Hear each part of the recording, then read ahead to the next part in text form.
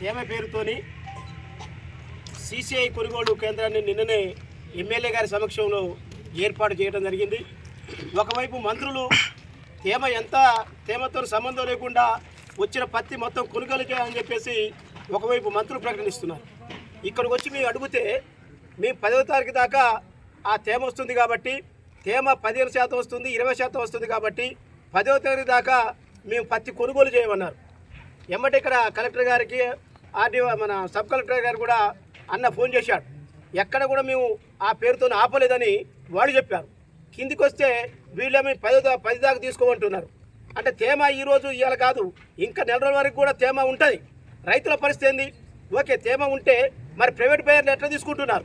ఇదంతా మొత్తం రైతులను దగా చేయడానికి తేమ పేరుతో సీసీ వాళ్ళు కొనుగోలు చేయరు. ప్రైవేట్ బయర్స్ ఎక్కడ కొనుగోలు వచ్చి మరి రైతులను లక్షలాది రూపాయలు పెట్టుబడి పెట్టి పండించిన పత్తిని వాళ్ళు ధర ఇవాళ సీసీఐ కొనుగోలు గిట్టుబాటు ధర, ఎంఎస్పీ గిట్టుబాటు ధర 7,500 చిల్లర ఎంఎస్పీ గిట్టుబాటు ధర బోర్డు మీద పెట్టారు. కానీ తేమ పేరుతో ఇవాళ బయర్స్ 6,000, 6,200, 6,300 కింటాకు 1,000 రూపాయలు చొప్పున ఇవాళ ప్రైవేట్ బయర్స్ తీసుకుంటారు. మళ్ళీ దాన్ని ఏం చేస్తున్నారు? దాన్నే తీసుకొచ్చి ఇక్కడే ఆరబోసి మళ్ళీ అదే పత్తిని సీసీ వాళ్ళకి అమ్ముతారు. అంటే దీనికి అర్థం ఏంటంటే మొత్తంగా సీసీ ఆ తేమ పేరుతో తీసుకోదు, ఇక్కడ ప్రైవేట్ బయర్స్ తీసుకొని సీసీ వాళ్ళకి మళ్ళీ 7,000కో 7,500కో అమ్ముకుంటారు. అంటే ఎకరానికి కింటాకి 1,000 రూపాయలు చొప్పున ఇవాళ రైతు నష్టపోతున్నారు. లేదా సీసీ వాళ్ళు దాన్ని పంపిస్తే వాళ్ళు ఇక్కడ లోడ్ చేయాలి, అన్లోడ్ చేయాలి, మళ్ళీ ఇంటికి తీసుకుపోయి ఆరబెట్టుకొని వస్తే కింటాకి ఇవాళ ఒక 20 కిలోలు 30 కిలోలు తేడా వస్తుంది. మొత్తం పత్తి డ్యామేజ్ అయ్యి మళ్ళీ రేటు పడదు. అందుకోసమే ఇది ఇవాళ తీవ్రంగా రైతులు మొత్తం నష్టపోతారు.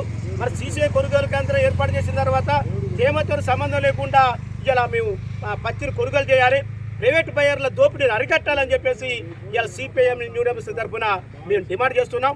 అట్లనే ఇక్కడ అది తేమతో ఎంత ఉందా సంబంధం లేదు, తప్పకుండా దానికి సంబంధించిన నామ్స్ కూడా మేము అడిగితే నామ్స్ లేవు, మేము బోర్డు మీద చూసుకోండి అని చెప్పేసి నెగ్లెక్ట్ మాట్లాడుతున్నాం. అంటే ఇవాళ నువ్వు నామ్స్ పెట్టాలి, అవసరమైతే గిట్టుబాటు ధర ప్రభుత్వం మీద మేము ఎట్లా మేము కార్యక్రమం తీసుకోవాలని చెప్పేసి మేము కార్యక్రమం తీసుకుంటాం. నామ్స్ కూడా ఇక్కడ పెట్టడం లేదు. ఇలా మొన్నటిదాకా నిన్న ఎమ్మెల్యే గారి సమక్షంలో 20 బండ్లు వచ్చి ఎమ్మెల్యే గారు చెప్పినా కూడా కనీసం తీసుకోకుండా ఇలా సీసీఐ కొనుగోలు తీసుకోకుండా తేమ పేరుతో పంపారు. ఇప్పటికే రైతులు అతివృష్టి అనావృష్టి పేరుతో మరి పెట్టుబడి పెట్టి లక్షలాది రూపాయలు పెట్టుబడి పెట్టి పంటల్ని గిట్టుబాటు ధర నష్టపోతుంటే పంట చేతికి వచ్చినాక సీసీఐ కొనుగోలు కేంద్రానికి వస్తే కూడా పరిస్థితి ఇట్లుంది. అందుకోసం దీని ఎమ్మటే తేమతో సంబంధం లేకుండా సీసీఐ కొనుగోలు కేంద్రం అది ఎన్ని క్వింటాలు వచ్చినా తీసుకోవాలి. అట్లే ప్రైవేటు బయర్ల యొక్క దోపిడీని అరికట్టాలి. లేని ఏడేళ్ల భవిష్యత్తులో పెద్ద ఎత్తున అఖిలపక్ష రైతు సంఘాలతోని అన్ని పార్టీలతోని ఐక్యమై పెద్ద ఎత్తున ఆందోళన చేస్తామని చెప్పేసి మేము సిపిఐ తరఫున డిమాండ్ చేస్తున్నాం.